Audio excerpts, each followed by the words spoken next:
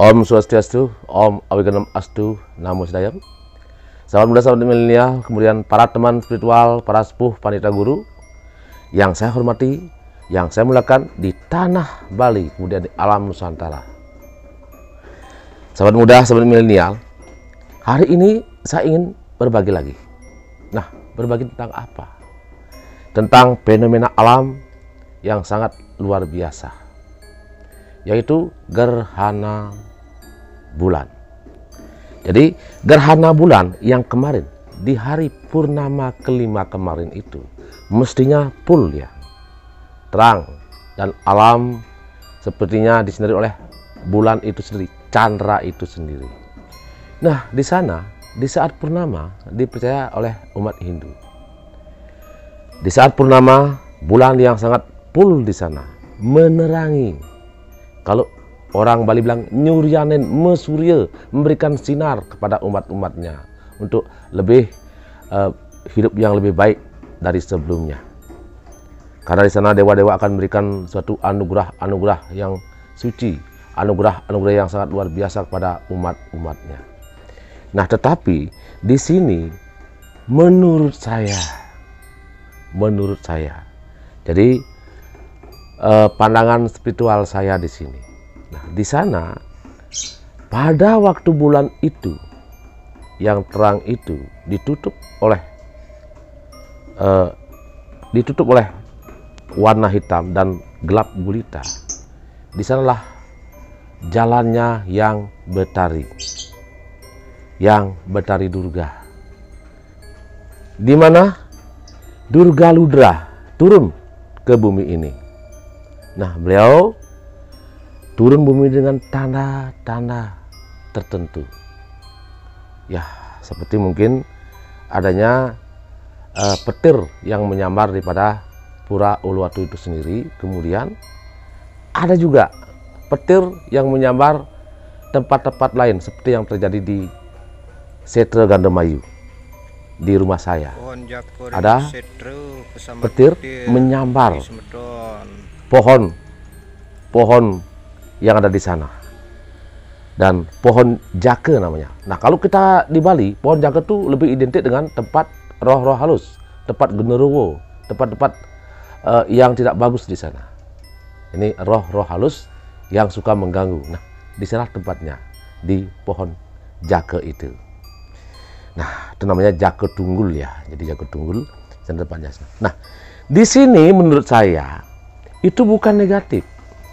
Bukan sesuatu yang negatif, bukan sesuatu yang akan mengakibatkan kita akan terperosok ke jurang, akan menjadi satu masalah.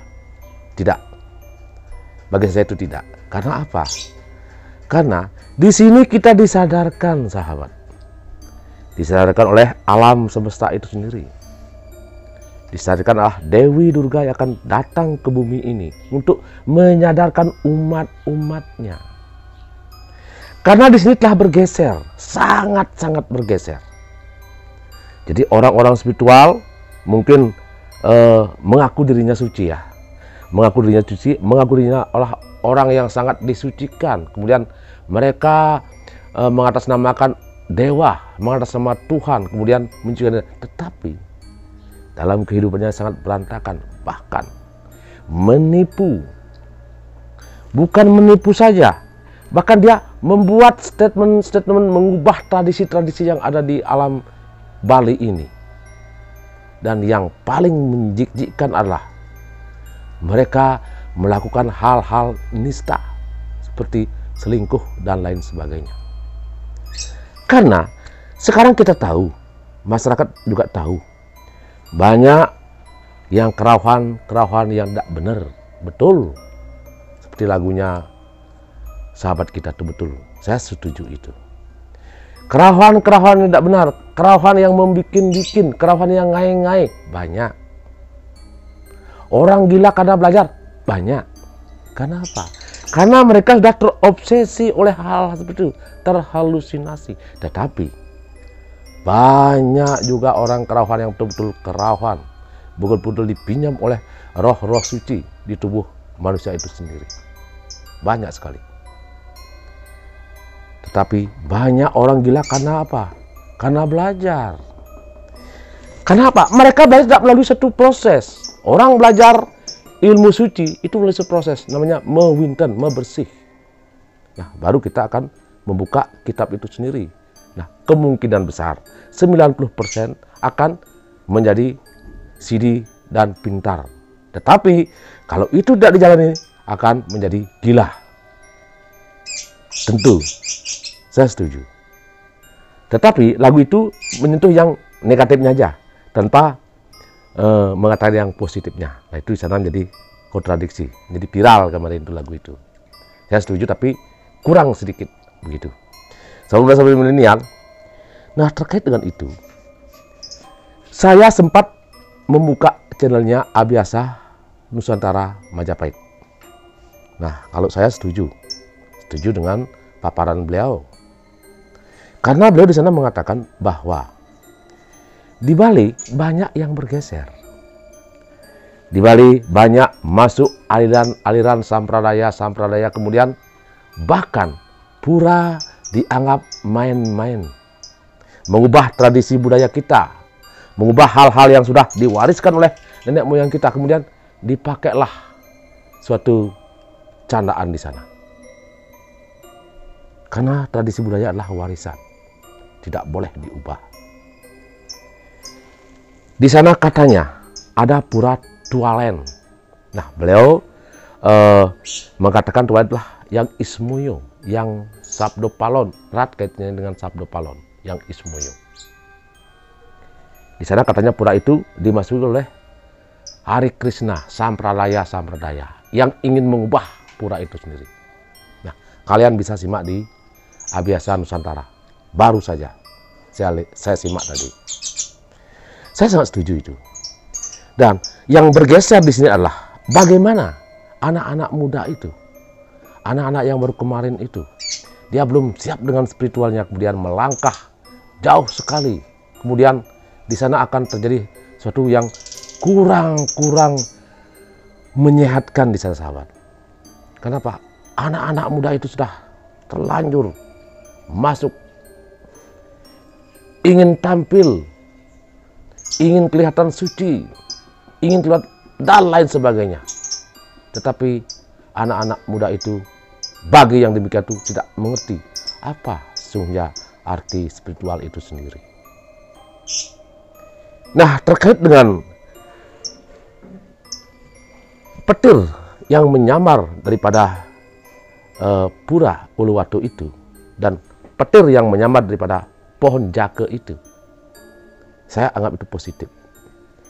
Karena yang Betari Durga ingin meluruskan, ingin menjadikan Bali itu lebih baik. Karena saya yakin, mudah-mudahan ramalan saya itu tidak meleset, nanti akan tumbuh seorang biningit di Nusantara ini. Mudah-mudahan di Bali juga ada sang biningit lahir di Bali. Dengan adanya G20 ini, mudah-mudahan Bali akan lebih bangkit dan berangsur-angsur akan lebih baik daripada sebelumnya.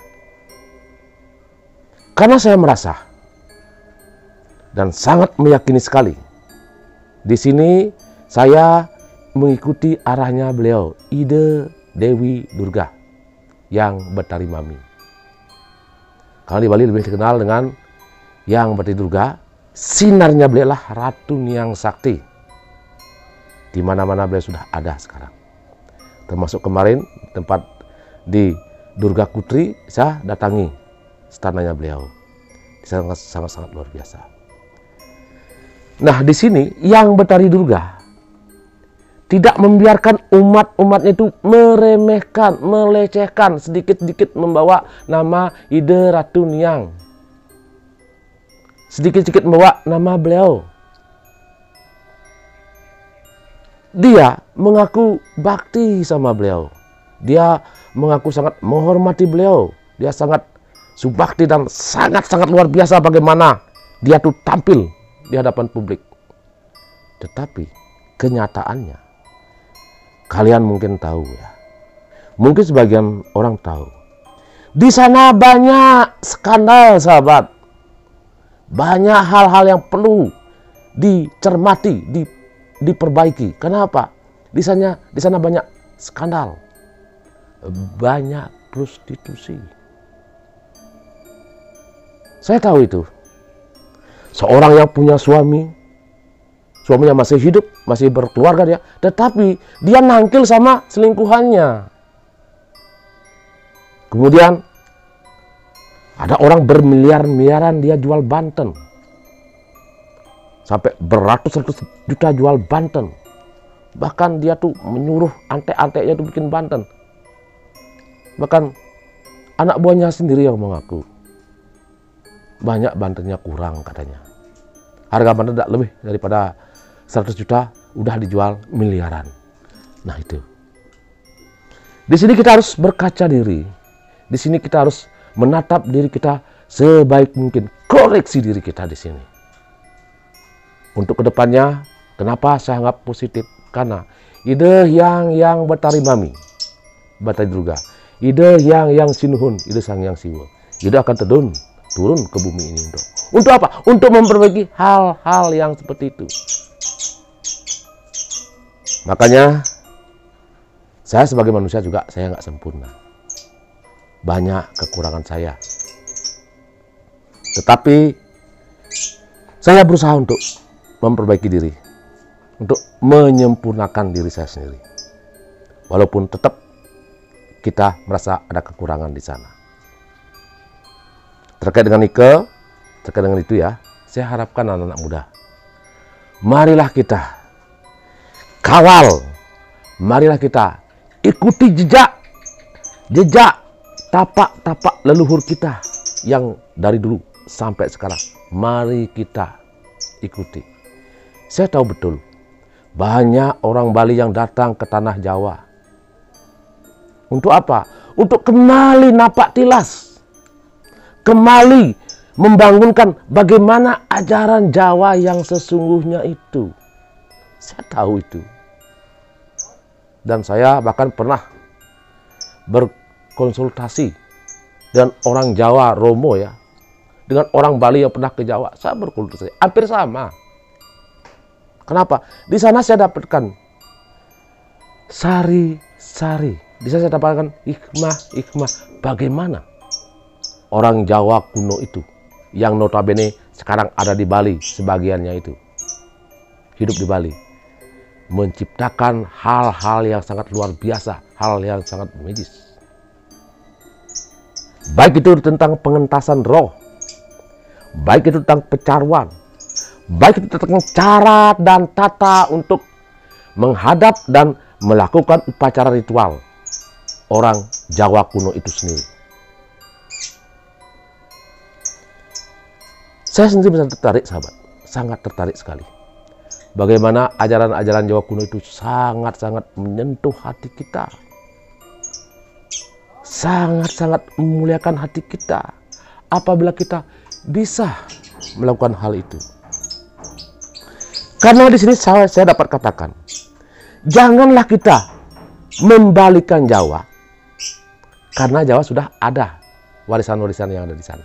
Tidak usah kita membalikan, dan tidak usah menghindukan Jawa, karena di sana Jawa sudah ada warisan.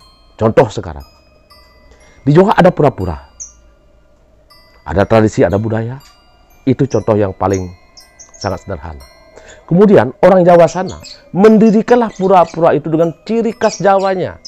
Mungkin dengan candi bentarnya, mungkin dengan cara dengan patmonya, dengan pelingih-pelingih yang ada sesuai dengan Jawa ya. Indah sekali. Tetapi orang Bali datang ke Jawa, membawakan budaya-budaya Bali yang ada di Jawa, kemudian dibangun di sana. Nah, kalau itu murni bagus. Tetapi kalau tidak murni, kurang bagus. Bahkan pernah saya mendengarkan testimoni orang Jawa. Katanya, saya bersusah payah mendirikan pura dengan hati nurani saya yang paling tulus. Tetapi setelah pura itu berdiri, belum sampai 5 tahun sudah diganti dengan ciri dan khas pura yang ada di Bali. Itu berarti membalikan Jawa. Bagi saya itu tidak benar. bagi saya, maaf ya, bagi saya itu tidak benar.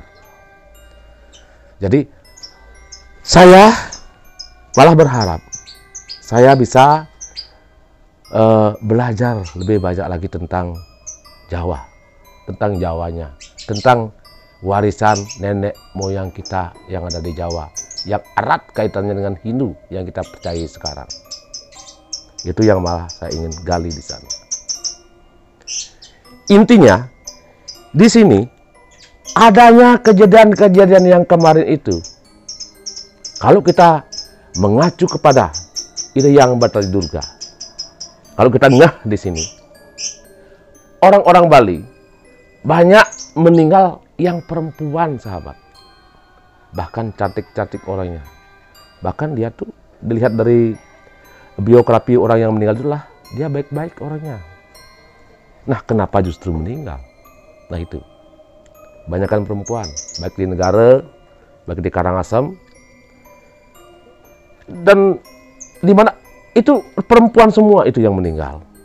Yang lakinya mungkin 2, yang perempuannya mungkin ya 5 ya. Jadi banyak perempuan yang meninggal. Karena yang percaya, karena saya percaya itulah beliau sebagai ayah ayam dia yang ada di tanah Bali ini, kemudian dipanggillah oleh Yang Esa untuk kembali ke alam baka sana, untuk menyambut datangnya Yang Batara Durga, untuk datang dan turun ke bumi ini.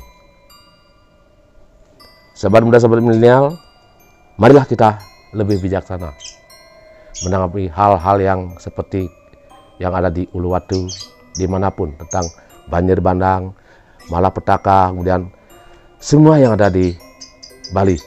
Mari kita lebih bijaksana. Kita harus koreksi diri, kita harus ingat diri. Nah, setelahnya, mari kita belajar untuk lebih bijaksana dan lebih santun untuk menghadapi tentang hormat kita yang di atas Tuhan Yang Maha Esa, Yang Esa, dan kita tetap menghormati dan menjalankan warisan-warisan leluhur yang ada di tanah Bali, di alam Nusantara, kemudian di tanah Jawa. Cukup saya berbagi hari ini. Saya sinut dengan Pramusanti. Om Santi, Santi, Santi, Om.